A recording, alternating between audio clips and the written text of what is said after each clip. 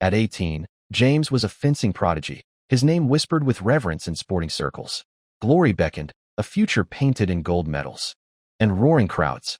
Then there was Eleanor, his wife, whose childhood sweetheart, her white moonlight, as she sometimes wistfully called him, had shown his true colors when debt collectors came knocking on his family's opulent doors.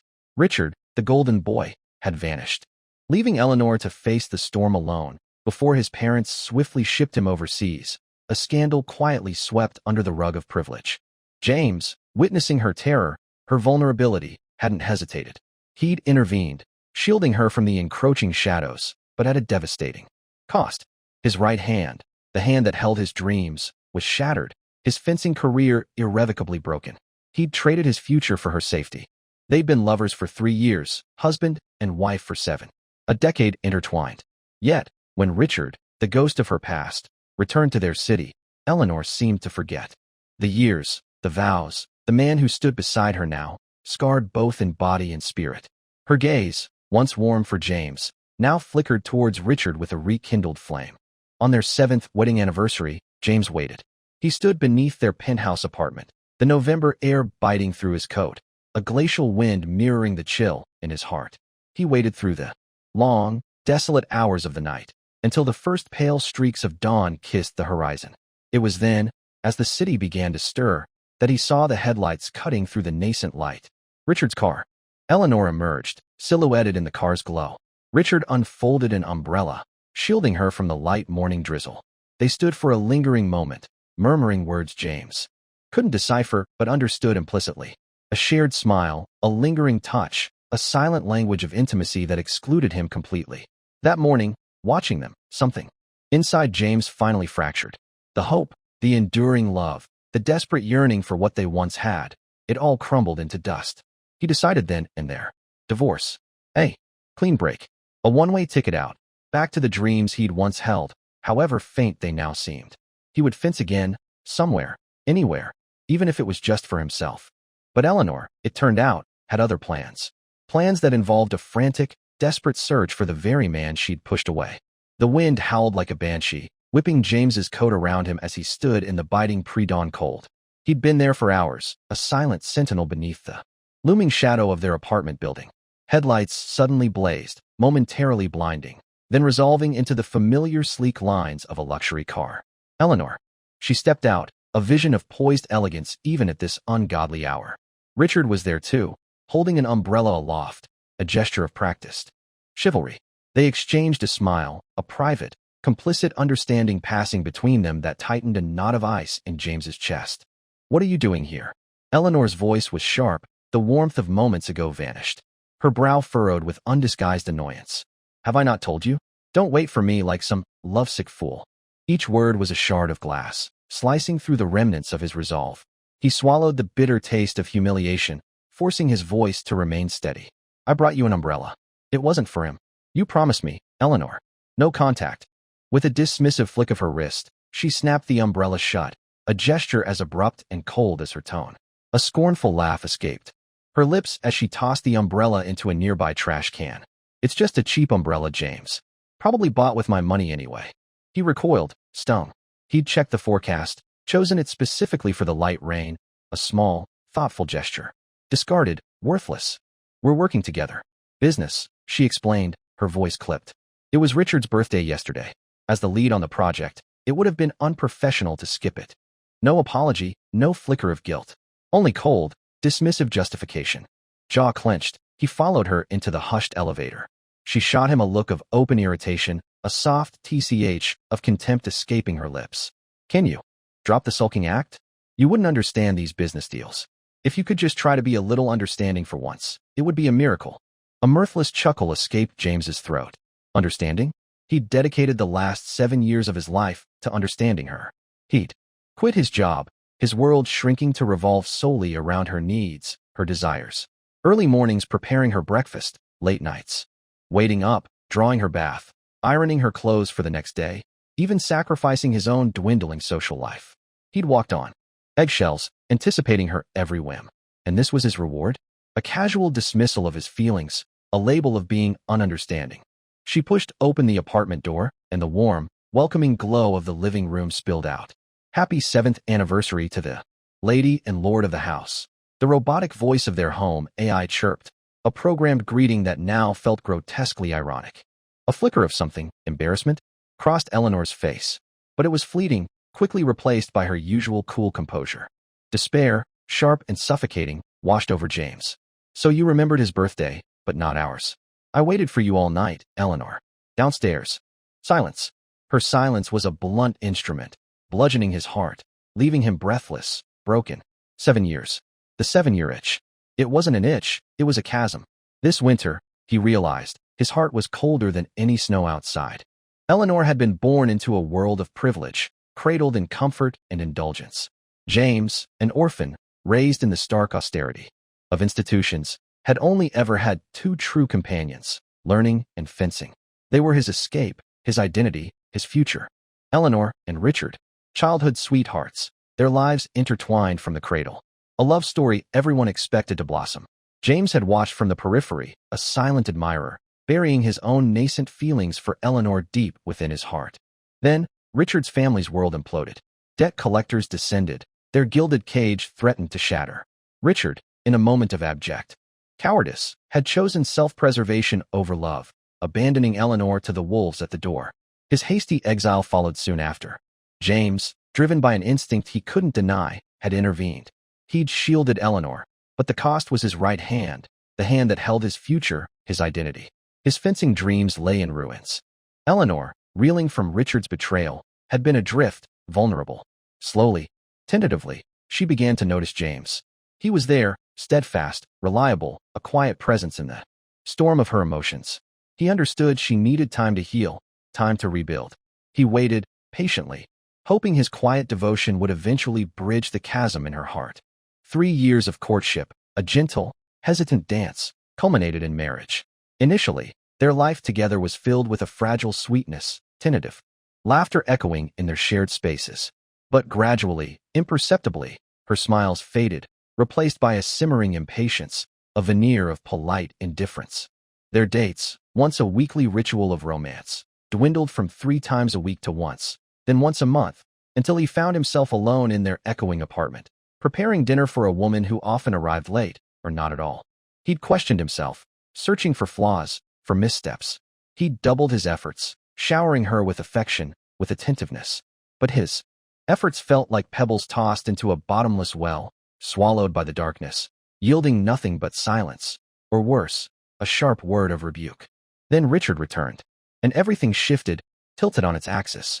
They were in contact again, their meetings cloaked in the guise of business. Eleanor's coldness towards James intensified, solidified. The fleeting smiles he'd once cherished were reserved for Richard. Her heart, it seemed, had never truly left the man who had once abandoned her. Their marriage, once a fragile promise, now teetered on the precipice of collapse. James mechanically cleared the table, the clatter of cutlery a jarring counterpoint to the tense silence hanging in the air.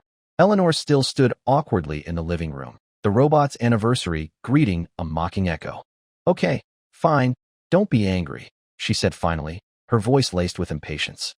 I'm sorry, all right. It's just, our anniversary happens every year. She attempted a light tone, but it fell flat, strained. He stopped mid-motion, turning to face her. The accumulated resentment, the years of suppressed hurt, finally surged to the surface. So does his birthday, Eleanor. I don't understand. Richard abandoned you, left you to face those men alone. How can you just pretend like none of that ever happened? His voice trembled, raw with a mixture of pain and disbelief. Eleanor visibly flinched, clearly unprepared for his sudden outburst. She hesitated, then moved towards him, her expression softening slightly. A practiced maneuver. He was just a boy, James. 18 years old. He was scared. What was he supposed to do? She actually defended him. James's breath hitched. He fought to control the rising tide of anger, his voice hardening with each word. Scared? So being scared gives him the right to leave. You in danger? Have you even considered what might have happened to you if I hadn't been there that day? His voice rose, sharper, louder than he intended. Eleanor's eyes darted away, a flicker of guilt in their depths, but her tone remained defiant. What are you implying? Yes, you rescued me. But he apologized, didn't he?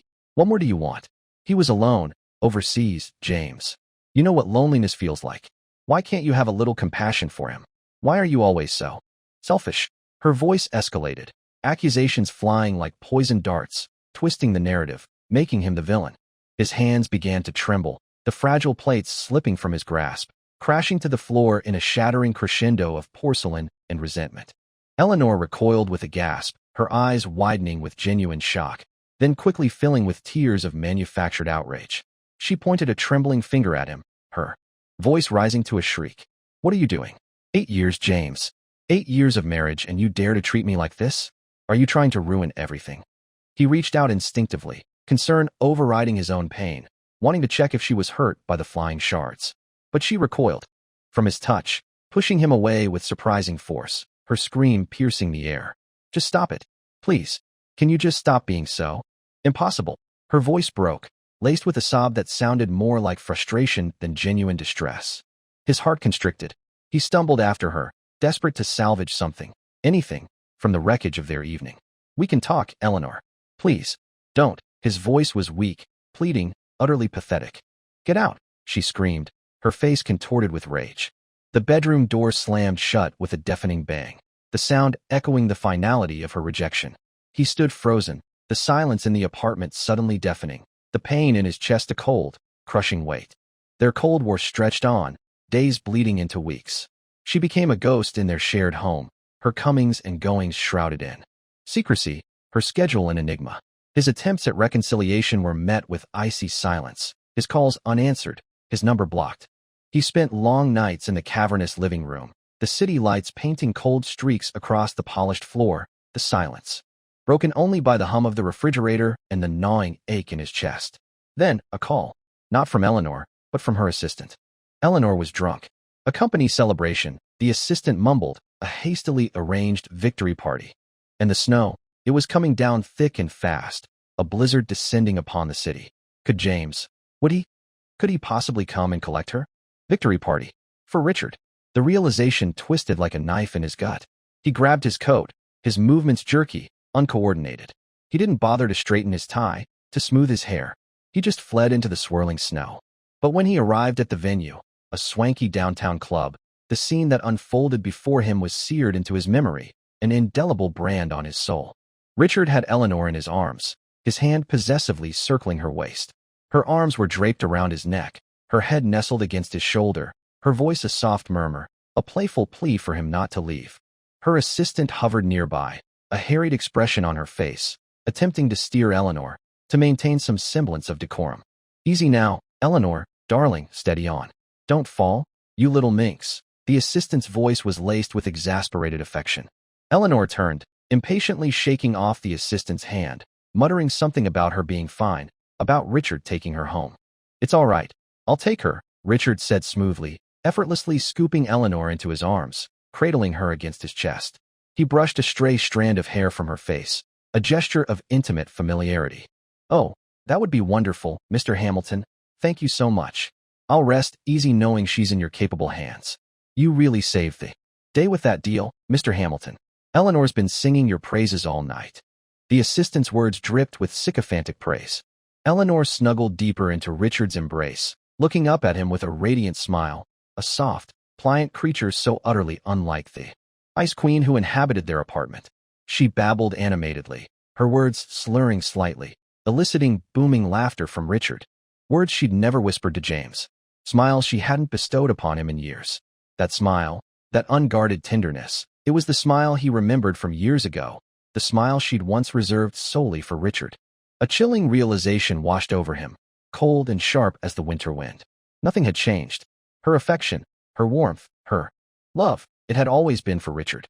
He, James, had been a temporary placeholder, a convenient comfort, a fleeting distraction. He stood there, a frozen spectator in his own life, until Richard's car vanished into the swirling snow, its taillights fading like dying embers. Only then did he realize his fingers were numb, frozen to the bone. He stood shivering, refusing to make a sound, a silent testament to his pain, his numb despair. That night, the stark reality of his situation crystallized. Love and indifference. The difference was brutally, devastatingly clear. The apartment was thick with the stale scent of cigarette smoke, the ashtray overflowing with discarded butts. Eleanor despised his smoking, had always wrinkled her nose in distaste. But now, It didn't matter anymore. She didn't come home that night. He spent the long hours of darkness wrestling with his thoughts, his grief, his anger. By dawn, the divorce papers were drafted, printed, and laid neatly on the polished coffee table. He inhaled deeply, the nicotine stinging his lungs, a small, familiar comfort in the vast emptiness. He picked up his phone, his fingers trembling slightly, and dialed a number he hadn't called in years. His university fencing coach. Coach Miller's voice boomed through the receiver, as robust and energetic as James remembered. Despite their estrangement after James's injury, Coach Miller had always sent annual messages, checking in, offering a lifeline. He'd even repeatedly suggested coaching opportunities abroad, a path James had always politely declined, tethered to Eleanor, to their life together. But now, the tether was broken. He saw his devotion for what it was, a self-inflicted wound, a unilateral commitment to a love that was never truly reciprocated. He owed Coach Miller an apology, a genuine explanation for his abrupt departure, his years of silence. This was as good a time as any. They agreed to meet at a nearby fencing club, a place James had deliberately avoided for years, a painful reminder of what he'd lost. Surprisingly, it was Coach Miller's daughter, Sarah, his former junior teammate, who arrived to pick him up. After a few warm greetings, Sarah mentioned she was now working at Eleanor's company. A small world, he thought wryly. The fencing club was a familiar space, the scent of sweat and polished steel triggering a bittersweet ache in his chest. Since his injury, fencing had been a forbidden subject in their home. Eleanor had never mentioned it, and he, in his misguided attempt to shield her from any potential guilt, had meticulously avoided anything that might remind him, or her, of his shattered dreams. But now, those considerations seemed irrelevant. If she hadn't cared then, she certainly wouldn't care now. Sarah led him around a corner, and his breath hitched. Eleanor and Richard, approaching them, flushed and laughing, clearly just finished a fencing bout. A sparring match. Together. The irony was a cruel twist of the knife. He'd sacrificed his fencing for her, and now, here she was, sharing his passion, his world, with another man. Fencing is so easy. Richard's voice, smooth and condescending, grated on James's nerves. With me coaching you, and your natural talent, you'll pick it up in no time, Eleanor. The words were like shards of glass in James's ears. He fought back a wave of nausea. Eleanor's smile faltered when she saw him, her eyes hardening instantly. She stalked towards him, her voice laced with accusation. You're here? Still chasing skirts, I see. A bitter laugh almost escaped James's lips. She never trusted him, yet she readily defended Richard, the man who had abandoned her. Sarah quickly interjected, her cheeks flushing crimson. Eleanor, this is James, my senior teammate from university. We know each other from before. Eleanor dismissed Sarah with a wave of her hand, her tone withering. Do I need to remember everyone you know? Sarah's face burned brighter. Eleanor, that's enough, James interjected, his voice low but firm. Eleanor's eyes widened in theatrical outrage, her face contorting in a prelude to a tantrum. Richard stepped forward, a smirk playing on his lips, a predatory gleam in his eyes. Well, James. Fancy meeting you here. Don't get the wrong idea. Eleanor mentioned you couldn't teach her fencing, so I just stepped in to lend a hand. James clenched his fists, fighting to maintain control. Richard pressed on, his voice dripping with faux sincerity, laced with a deliberate undercurrent of mockery. And about your anniversary. So sorry about that. You know, it was also my birthday that day. Eleanor was kind enough to spend the morning with me. Got a bit late dropping her off, didn't want to intrude. Hope you weren't too upset. James risked a glance at Eleanor. She stood beside Richard, silent, impassive, offering no defense, no apology. His heart plummeted to a new depth of despair. 8 years. Wasted. We should go, James said, his voice flat, devoid of emotion. He turned to Sarah, wanting to escape this suffocating scene. Coach is waiting. Don't be in such a rush, James. Richard blocked their path, his smile widening, a cruel, taunting display. Are you upset? Don't be. Your birthday is coming up soon, isn't it? Eleanor and I will pick out a little something for you, a peace offering. Consider it from both of us. That won't be necessary, James retorted, his voice clipped, his gaze locked on Richard's smug face. We're not exactly on gift-giving terms. Suddenly, Eleanor lunged forward, her hand a blur, striking James across the face. The force of the blow stung, a sharp, physical manifestation of her contempt. How dare you speak to Richard like that? James felt a pulse throb in his temple, but his voice remained eerily calm. You two really are a match made in heaven. One excels at stirring the pot, the other at resorting to violence. Both Eleanor and Richard stared at him, momentarily stunned, their carefully constructed facades crumbling. They clearly hadn't anticipated such defiance, such open disdain. James let out a mirthless laugh. Instead of wasting your time here, Richard, why don't you spend some more quality time with my wife? She seems to thrive on your company. Without another word, he turned and walked away, ignoring the whispers and stares that followed him. He'd once believed love could conquer all. Now he understood. Love wasn't everything. He needed to reclaim himself, his own life, his own dreams. He spoke with Coach Miller for hours, outlining his tentative plans, his rekindled desire to fence, to find his way back to the sport he'd once loved. He promised to stay in touch, to meet again soon. He returned to the apartment, the silence now a familiar, oppressive weight. Moments later, the front door crashed open, the sound echoing through the empty rooms like a gunshot. She was finally home. He sat on the sofa, smoking, his expression blank, devoid of any emotion. Her designer handbag, her most prized possession, a limited edition, flew through the air, slamming into his face. She stormed into the room, a whirlwind of fury. He recognized the bag, the exorbitant price tag, the near-mythical status among her social circle. She was truly throwing everything at him, wasn't she? How dare you speak to me like that, in front of everyone? Do you have any idea how embarrassing you made me? Did you even think about how I felt?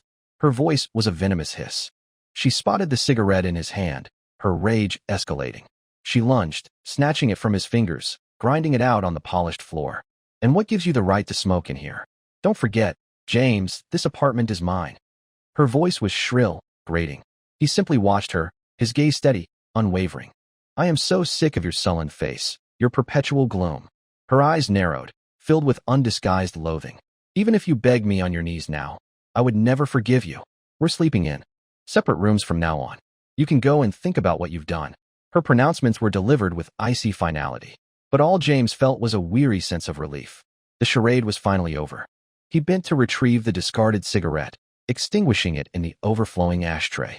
Disappointment? Yes, but more than that, release. If you think separate rooms will solve anything, Eleanor, then fine. But if you want to end this completely, I'm ready for that too. His voice was calm, detached. Her face paled, her bravado faltering. What do you mean? Her eyes darted nervously towards the coffee table, where the stark, white pages of the divorce papers lay in plain sight. Her eyes widened, disbelief and a flicker of fear replacing her anger. You want a divorce? The words were choked out, as if she couldn't quite comprehend the reality of them. It's a release for both of us, Eleanor. He stood, picking up his coat from the sofa, moving around her rigid figure. I'll stay at a hotel tonight. 9 a.m. tomorrow. The registry office. He left the words hanging in the air, turned, and walked out, leaving her standing alone in the cold, echoing silence of their once shared home.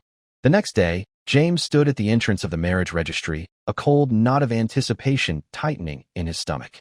He'd arrived before dawn, the city still shrouded in a pre-morning hush. Hours crawled by, the sterile waiting room, slowly filling with other couples, their faces a mixture of nervous excitement and quiet hope. But Eleanor remained absent. By midday, the harsh fluorescent lights of the registry seemed to amplify the emptiness in his heart. She wasn't coming. He pulled out his phone, a hesitant flicker of hope igniting within him. He noticed, with a detached sense of irony, that she'd removed him from her blocked list. Taking a deep breath, he pressed her number. The ringing tone seemed to stretch into an eternity before she finally answered, her voice crisp and businesslike. Where are you? He kept his tone even, masking the weariness that threatened to seep into his voice. Where else would I be? At work, of course. Someone has to pay the bills around here, you know. Her reply dripped with her usual condescension, the subtle barb aimed to wound. It was as if the events of the past weeks, the divorce papers, the raw emotions, were all a figment of his imagination, a childish tantrum on his part. James rubbed his temples, the ache behind his eyes intensifying. His carefully cultivated patience was fraying at the edges. She simply refused to acknowledge the gravity of anything he felt, anything he said. It was always about her, her world, her perspective. Do you think I proposed divorce as some kind of game, Eleanor? A sharp edge of finality crept into his voice, a steeliness that even he hadn't realized he possessed. Oh, for heaven's sake, James, are you still sulking about Richard? It was just a birthday dinner, and I apologized for slapping you. Didn't I? Look, your birthday is in a few days. I'll make it up to you. I'll come home early tonight. We'll have a nice evening. Just stop being dramatic. She attempted a soothing tone, the kind she used when placating a petulant child. It was insulting. Without another word, James disconnected the call. A wave of profound exhaustion washed over him. It was pointless. Trying to communicate with her was like shouting into a void. Later that evening, he returned to their apartment. He pushed open the door, the key turning in the lock with a hollow click. Darkness. The apartment was shrouded in an oppressive silence. He flipped the light switch, and the living room sprang into illumination. Eleanor stood there, motionless, facing him, her expression unreadable, almost expectant. A shiver of unease prickled his skin. This wasn't the defiant, furious Eleanor he'd come to expect. "Where have you been?" "It's late," she said, her voice low, almost subdued. It was a far cry from her usual accusatory tone, and the unfamiliarity was unsettling. "I have a life, Eleanor," he replied, his voice flat. "Believe it or not, it doesn't revolve solely around you anymore." Her carefully constructed composure faltered. He met her gaze with a cold, unwavering stare, reflecting none of the warmth she probably expected, none of the vulnerability she was accustomed to manipulating. Finally, she sighed, a theatrical exhalation of breath, and took a step towards him, her hand reaching out tentatively, grasping his. She led him towards the dining table. I picked up some seafood from downstairs. Heard it's good. Maybe you'd like to try it."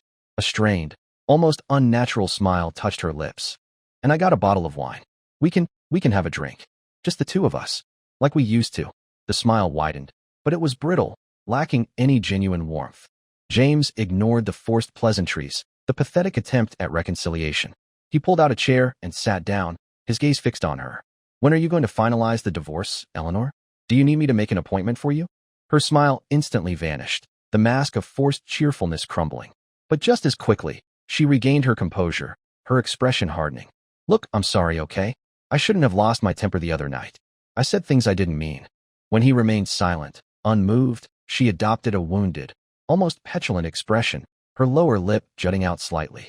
"I apologize, James. Can't you just meet me halfway? Can't you just let it go?" He remained impassive, his gaze unwavering. Then, deliberately, he took out his phone. He navigated to his photo gallery, his fingers steady, and selected a video. He pressed play, and the sound filled the suddenly suffocating silence of the apartment. Eleanor's breath hitched. The muffled, unmistakable sounds of intimate entanglement filled the room. Eleanor's face drained of color, her eyes widening in panicked recognition. She lunged forward, snatching the phone from his hand, her fingers fumbling to delete the video, to erase the damning evidence. She scrubbed at the screen, her movements frantic, desperate. What is this?" she stammered, her voice trembling, a thin thread of denial in her tone. "Richard sent it to me this afternoon. Consider it your birthday gift for me, Eleanor. A little preview, perhaps." His voice was ice, each word a shard of frozen contempt. He watched her face crumble, the carefully constructed facade of composure finally shattering, revealing the raw panic beneath. It was a pathetic sight. "When you were entertaining him, did you even remember you had a husband, Eleanor?" He pressed, his voice low and relentless. It was a mistake. I was drunk. It didn't mean anything." She grasped his hand, her touch clammy, desperate. Her voice was weak, pleading, a stark contrast to her usual imperious tone. "Once, maybe it's a mistake. Twice, 3 times. Is it still a mistake, Eleanor?" He stared at her, his gaze unwavering, forcing her to confront the reality of her actions. She instinctively recoiled, taking a step back, as if physically shrinking from his cold anger. "I have backups of the video, Eleanor. If you refuse to cooperate with the divorce, we can settle this in court. I'm sure the judge will find it illuminating." He calmly disengaged her hand, his voice devoid of emotion. It was then, as he turned and lifted his suitcase from the corner of the room, that she finally lost control. The carefully constructed dam of her composure burst, unleashing a torrent of rage and hysteria. "You have no conscience, James. None. After everything I've done for you. You know damn well how I've treated you. You're so boring, so dull, you never say anything nice. I've put up with you for 7 years. 7 years. And I even brought you dinner tonight. And what are you? You're a nobody. You're a failure. You just sit around all day, doing nothing. I'm the one who supports you. I'm the one who pays for everything." Her voice escalated, a shrill, piercing scream that echoed through the apartment. She grabbed the wine bottle from the table and hurled it against the wall, the shattering glass and crimson wine splattering across the pristine white surface, staining the carpet a deep, angry red. "Fine. Go then. Get out. I'll marry Richard tomorrow, and I'll never look back. You can go and cry yourself to sleep. For all I care, she screamed, her face contorted with fury. The red wine pooled around his feet, soaking into the cuffs of his trousers. From his feet to the crown of his head, he felt a profound, bone-deep chill. In that moment, looking at her, truly seeing her in all her raw, unmasked ugliness, something inside him finally died. The last vestiges of love, of hope, of any lingering affection, all extinguished. He looked at her, her face red and distorted with rage, the shattered glass and spilled wine at her feet. Then, calmly, quietly, he said, "Eleanor, I'm allergic to seafood." She froze, mid-rant, her mouth slightly agape, her eyes wide with a dawning, horrifying realization. He turned his back on her, on the wreckage of their life, and walked out of the apartment, leaving her standing amidst the shards of glass and the stain of spilled wine. "Let's get married." Richard's voice, amplified by the hushed acoustics of the Registry waiting room, cut through the air. James stopped, momentarily frozen. Richard was kneeling, a velvet ring box extended towards Eleanor, a grotesque parody of romance unfolding before him. "Yes, Richard. Of course, yes." Eleanor's voice was shrill, overly enthusiastic. "Let's do it right now." She snatched the ring box, practically ripping it from Richard's grasp. He fumbled with the ring, a gaudy, oversized diamond, and jammed it onto her finger. She then grabbed Richard's arm, clinging to him possessively, her eyes darting towards James, a triumphant, almost feral gleam in their depths. It was a performance, a desperate attempt to assert dominance, to inflict one last wound. The other couples in the waiting area had fallen silent, their hushed conversations replaced by an awkward, voyeuristic curiosity. Their eyes darted between the three of them, a silent, judgmental audience to this public spectacle of marital disintegration and shamelessly staged rebound. James busied himself with gathering his papers, his movements deliberate, ignoring the manufactured drama unfolding just feet away. He had no desire to be part of their pathetic charade, to offer them any further entertainment.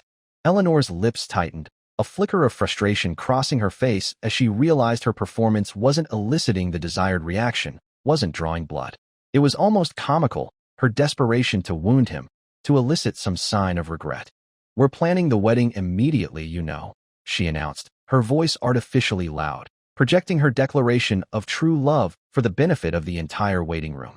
The divorce proceedings were swift, almost anticlimactic. The paperwork was signed, the stamps affixed, the bonds officially severed. James collected his copy of the decree, a thin sheet of paper that represented the end of a decade, and walked quickly towards the exit, eager to escape the suffocating atmosphere of the Registry. "James, over here." Sarah's voice, bright and cheerful, cut through the oppressive silence. She was waiting by her car, waving to him, her smile a welcome beacon in the grayness of the day. He walked towards her, a lightness he hadn't felt in years beginning to unfurl in his chest. "Just divorced and already picking up girls?" Eleanor's voice, laced with venom, followed him. She and Richard had trailed after him, determined to have the last word, to inflict one final sting. Richard, ever the sycophant, chimed in, his voice dripping with false sympathy and thinly veiled condescension. "You made the right choice, Eleanor, darling. Imagine if you were still stuck with him. If it wasn't for that opportunist who weaseled his way in, we'd have been together years ago." James didn't even deign to glance at them. He simply turned to Sarah, a genuine smile gracing his lips for the first time that day. "You're here early," he said, his voice warm, ignoring the venomous barbs thrown his way. Sarah winked, her eyes sparkling mischievously. "Dad was impatient to see you. He practically pushed me out the door." They both laughed, a shared moment of genuine lightness that seemed to deflate Eleanor's carefully constructed drama. Her face contorted with rage as she watched them, her nails digging into Richard's arm. Richard yelped, a high-pitched, undignified sound, his face contorting in pain, like a pampered housecat whose tail had been stepped on. It was then that Sarah seemed to truly notice them, her expression shifting from amusement to polite indifference. "Oh, hello, Mrs. Hamilton, Mr. Hamilton. Didn't realize you were here too. Though, Mr. Hamilton, you don't look too well. Are you feeling all right?" Her tone was innocently concerned, but the subtle sarcasm was unmistakable. Richard stammered, waving a dismissive hand, his face flushed with embarrassment and pain. Eleanor just glared at them, her face a mask of thunderous fury. James opened the car door for Sarah, settled into the passenger seat, and closed the door firmly, deliberately shutting out Eleanor and Richard, shutting out that chapter of his life completely. He didn't give Eleanor a single glance, not a flicker of acknowledgement. A wave of shock washed over Eleanor's face as she realized the depth of his indifference, the finality of his departure. She hadn't anticipated this, hadn't expected him to simply walk away. In the rearview mirror, their figures receded, shrinking into the anonymity of the city streets, fading into his past. He was finally free. He went to Coach Miller's house, the familiar scent of wood polish and liniment a comforting balm to his frayed nerves. They finalized his travel arrangements, tickets booked, visa secured, departure in a month. He'd imagined the next month would be a quiet period of preparation, of logistical arrangements. He was wrong. Barely a week had passed when his phone rang, an unfamiliar number flashing on the screen. It was the police. Stepping into the precinct, the sterile, echoing space filled with the mundane sounds of bureaucracy, James was immediately assaulted by a familiar, strident voice. What right does she have to cook for him?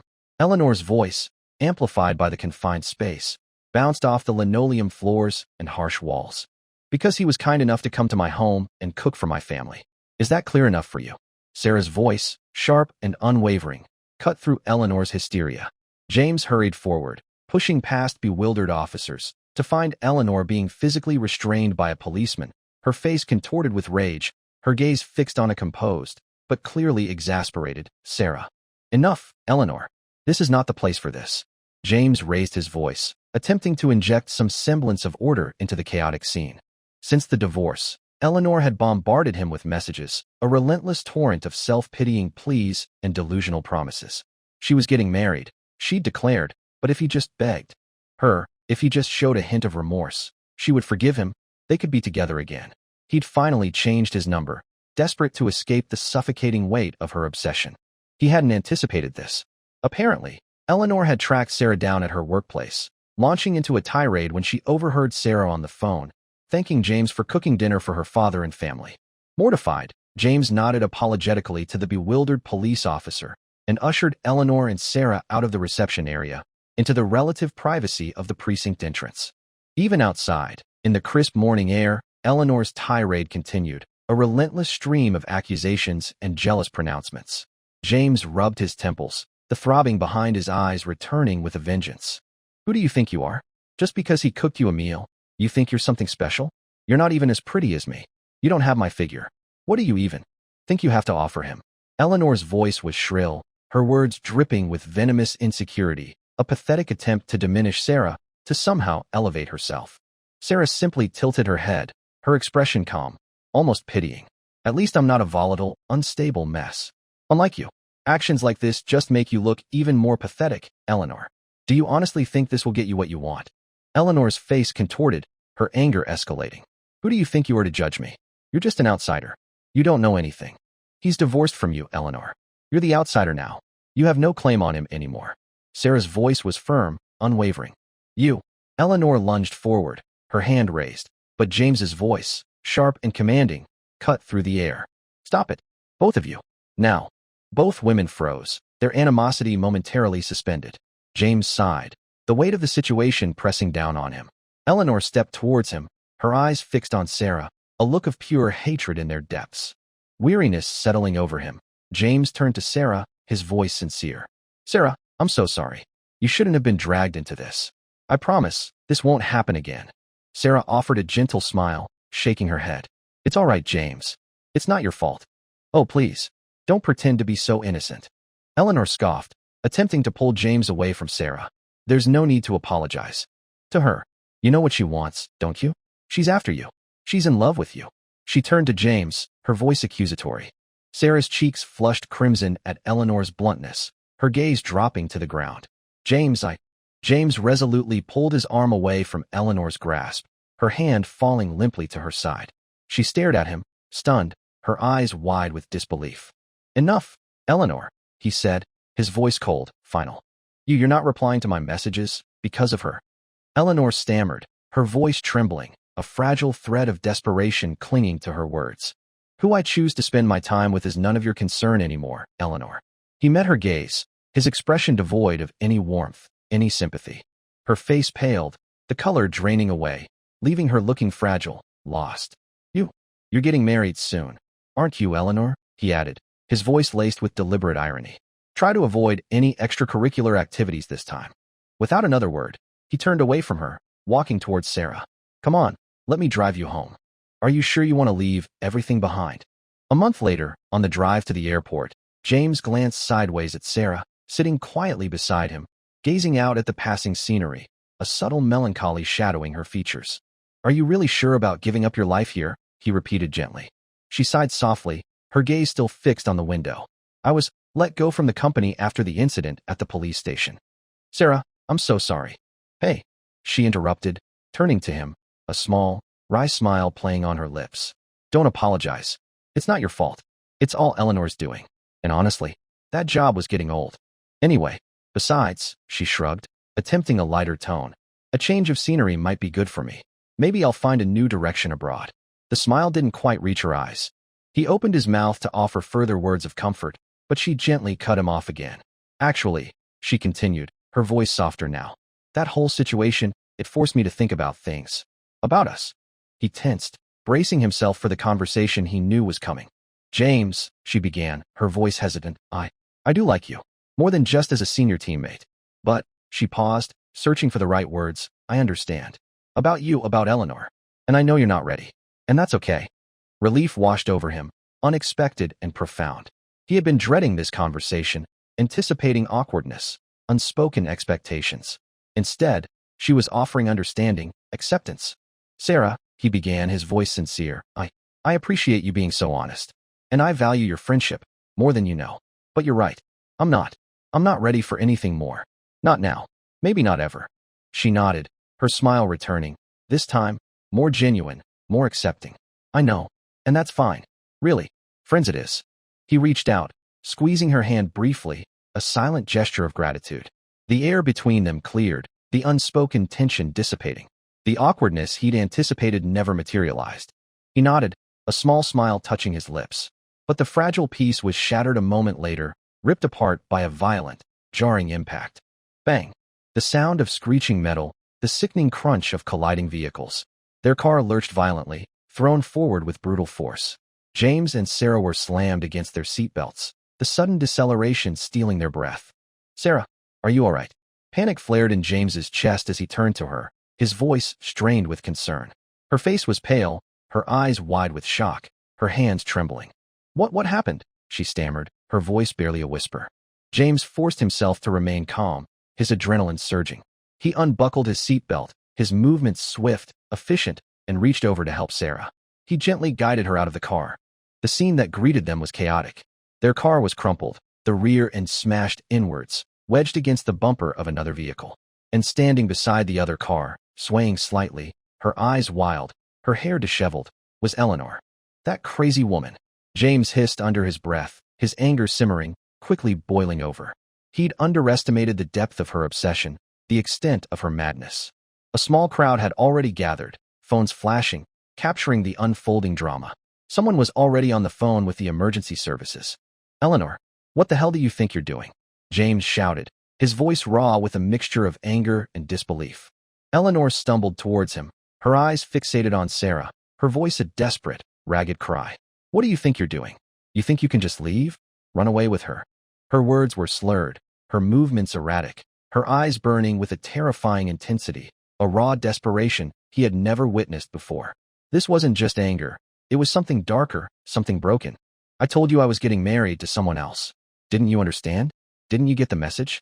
Her voice rose, cracking with hysteria, a desperate, almost pleading edge creeping into her tone. Smack! The sharp crack of flesh on flesh echoed through the stunned silence. Sarah's hand, moving with unexpected speed and force, had connected with Eleanor's cheek. Eleanor's head snapped to the side, a bright red mark blooming instantly on her pale skin.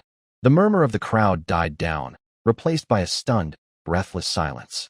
Everyone was transfixed, watching the tableau unfold, the raw emotions playing out in stark relief. Eleanor's eyes widened, her gaze fixed on Sarah, shock warring with disbelief. Her hand flew to her stinging cheek, her fingers trembling.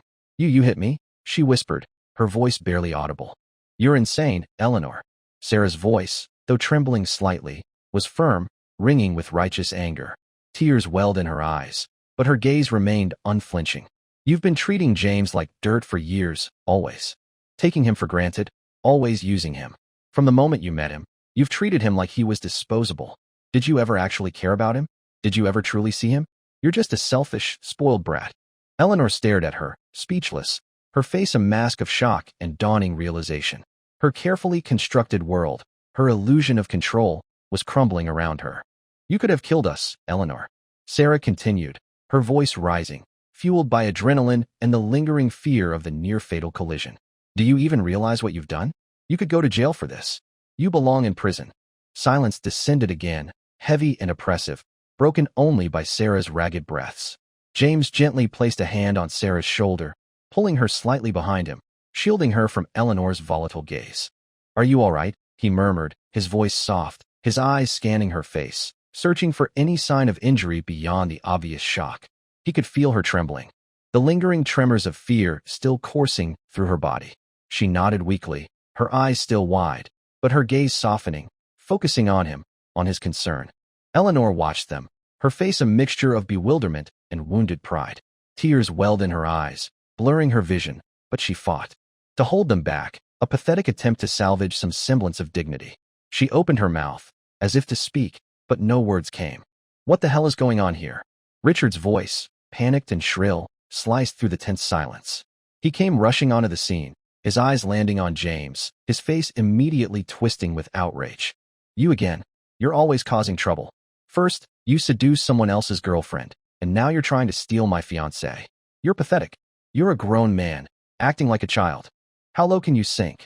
Richard's voice was laced with self-righteous indignation, his words designed to deflect attention from his own questionable behavior, to paint James as the villain. But before Richard could launch into a full-blown tirade, Eleanor moved with unexpected speed. Her hand flashed out again, this time connecting with Richard's face with a resounding thwack. Richard staggered back, his hand flying to his stinging cheek, his eyes widening in stunned disbelief. He stumbled, losing his balance, and landed heavily on his backside, sprawled on the pavement. Shut up, Richard. Just shut your mouth. Eleanor screamed, her voice raw with contempt and fury. You have no right to talk about my husband. The word husband hung in the air, a ghostly echo of a past she was now desperately clinging to. Richard sat on the ground, dazed, his face rapidly turning a mottled red. He opened his mouth to protest, but Eleanor cut him off, her voice dripping with scorn. And as for the money you owe overseas, don't even think for a second that I'm going to pay a single penny of your debts. You're a fraud, Richard Hamilton. You're a liar. Get out of my life. And stay out. She spat, her voice venomous, her gaze fixed on Richard with undisguised hatred. She then turned, her eyes, now brimming with tears, fixing on James, a desperate plea etched on her face. Ignoring Richard, still sprawled on the ground, Eleanor stumbled towards James, her voice breaking, a desperate, pleading sob tearing through her composure. Richard was lying to me. He was using me. He's in debt, James. He just wanted my money. Her voice cracked, tears finally spilling down her face, blurring her mascara, streaking her makeup. James, I've realized. It's always been you. You're the one who truly loved me. You're the one who was always good to me. Her voice was choked with sobs. I'm so sorry, James. For everything. For hurting you. For being so blind. Tears streamed down her face, unchecked, unrestrained. I want to be with you again, James. I miss you. I miss your cooking. I miss your massages. I miss the thoughtful little gifts you used to leave for me. I miss having you iron my clothes. I miss waking up and seeing you there, beside me, every morning. Her voice trailed off, lost in a torrent of weeping, her body shaking with the force of her sobs. James stood there, impassive, unmoved. Her words washed over him, empty echoes, devoid of any power to stir his emotions. He watched her breakdown, her desperate plea, with a cold detachment, a profound indifference. Beside him, Sarah let out a short, sharp laugh, devoid of humor, filled with contempt. You think he's your personal servant, Eleanor? You really think you can just snap your fingers and he'll come running back? You selfish, pathetic woman. You don't even know what love is. Eleanor, humiliated, exposed, could only sob, her gaze fixed on James, a desperate, pleading question in her tear-filled eyes. James met her gaze for a fleeting moment, then deliberately, coldly, looked away, dismissing her, erasing her from his consciousness. Tears streamed down Eleanor's face, her sobs escalating into heart-wrenching wails, a soundtrack of despair and broken promises. Moments later, police sirens wailed in the distance, growing louder, closer.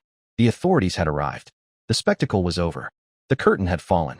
At the police station, after giving their statements and sorting through the chaotic aftermath of Eleanor's reckless act, they were finally free to leave. The initial flight was missed, schedules disrupted. They rebooked, the departure delayed, but inevitable. The day before his rescheduled flight, James received an unexpected phone call. It was Eleanor's parents. He found himself standing in their opulent living room, the air thick with unspoken tension. It was more than just her parents. Her grandparents, her older brother, and his wife. The entire Hamilton clan was assembled, a family intervention staged with all the subtle persuasion and veiled pressure that old money could muster. Eleanor was there too, standing slightly apart from the others, her eyes fixed on him, a mixture of hope and apprehension in her gaze.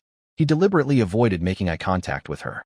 Eleanor's mother, ever the gracious hostess, greeted him warmly, ushering him into the room. "James, dear, so glad you could come. We've all been waiting for you." He offered polite refusals, but was eventually, gently, but firmly, guided to a seat next to Eleanor on the plush velvet sofa. "How have you been, James?" "Keeping well," Eleanor's mother asked, her tone solicitous, her gaze scrutinizing him with practiced politeness. Eleanor's eyes remained locked on him, unwavering. "I'm doing well, thank you for asking," he replied, his tone measured, carefully neutral. "Good, good," she nodded, patting his hand reassuringly. A heavy silence descended upon the room, the air thick with unspoken expectations. Finally, Eleanor's father cleared his throat, breaking the strained silence. "James, we asked you here today because, well, we wanted to have a heart-to-heart. You know, Eleanor has always been our precious daughter. Perhaps, at times, she can be a little impulsive." He paused, searching for the right words, his tone carefully diplomatic. He continued, sensing James's silence as a form of passive consent. "She married you, James, against our advice, you know. That shows you how much she truly loved you. She's just used to being cared for, you see. She took your devotion for granted, perhaps mistook it for, well, for something less. And she hurt you. We understand that. And as her father, I want to apologize to you, James. We all do. We hope you can find it in your heart to forgive her." Eleanor's mother squeezed his hand, her touch surprisingly firm. "She realizes her mistakes now, James. She truly does. If you can just put this behind you, she will change. She can't live without you, James. She really can't." "Yes, James," Eleanor interjected, her voice soft, pleading, her gaze finally meeting his. "I want us to be together again. Please." James gently disengaged Eleanor's mother's hand and stood, ignoring her protests. "Mr. Hamilton, Mrs. Hamilton," he began, his voice calm, respectful, but firm. "I appreciate you inviting me here today, and I understand what you're hoping for. But some mistakes, some hurts, can't simply be undone with an apology. Our problems, Eleanor's and mine, are not just about right and wrong. We are fundamentally incompatible. It's time for us both to move on. For both our sakes. Thank you for your concern." He bowed deeply, a gesture of respect, then turned and walked towards the door, leaving the room, leaving Eleanor and her family behind. He was halfway to the door when he heard Eleanor's voice, sharp and desperate, echoing behind him. "James, James, come back here." He didn't stop. He didn't turn around. He walked out of their gilded cage, out into the crisp morning air, into his own future. He slid into the driver's seat of his waiting car, started the engine, and pulled away from the curb. In the rearview mirror, Eleanor's figure, small and forlorn, receded into the distance, disappearing from his life forever. This time, he made it to the airport without incident, boarding his flight, leaving the city, leaving the past behind. As the plane touched down, he felt a surge of anticipation, a sense of new beginnings. Coach Miller was there to greet him, his booming laughter and hearty handshake a warm welcome to this new chapter. He was immediately immersed in the world of fencing, the familiar clang of steel on steel, the focused energy of the training hall. A comforting return to his passion. He threw himself into his new role as coach, the responsibilities heavy but invigorating. Life here was good. He built friendships, found a sense of purpose, and rediscovered the joy he'd thought lost forever. His team achieved unexpected successes in competitions, boosting his confidence in his coaching abilities. And then there was Clara. He'd met her at the fencing club, a regular visitor, drawn to the sport by its grace and intensity. She was vibrant, intelligent, with a contagious laugh and a warm, genuine spirit. Her clear blue eyes held a spark of passion for life, for fencing, for everything she embraced. They talked after training sessions, sharing insights, exchanging experiences. Slowly, tentatively, A connection grew, a quiet understanding blossoming. Between them, they started spending time together outside the club, dinners, walks in the park, comfortable silences punctuated by easy laughter. He even brought her to Coach Miller's home for dinner occasionally, the old coach radiating warmth and genuine delight in their burgeoning relationship. Sarah, after a month-long visit, had returned home, determined to start her own business, a new chapter for her as well. She'd told him that Eleanor, abandoned by Richard and facing the fallout from his fraudulent schemes, had refused to pay his debts, exposing him for the con artist he was. Richard, in retaliation, had leaked the video of Eleanor's infidelity and the footage of the car crash, causing a scandal that sent the Hamilton Group's stock plummeting. Their messy divorce and subsequent legal battles became a protracted, public spectacle, a karmic whirlwind of their own making. But James paid little attention to the distant echoes of his past. He was content, present in the moment, surrounded by warmth and genuine connection. He sat at Coach Miller's dining table, a soft wool sweater pulled over his shoulders, raising his glass in a toast, surrounded by friends, by laughter, by a quiet, profound happiness. Outside, snow fell softly, blanketing the world in a pristine layer of white, a peaceful, perfect tableau. The world outside could rage, could crumble, could spin into chaos. Here, in this moment, in this circle of warmth and light, he was finally, truly, at peace.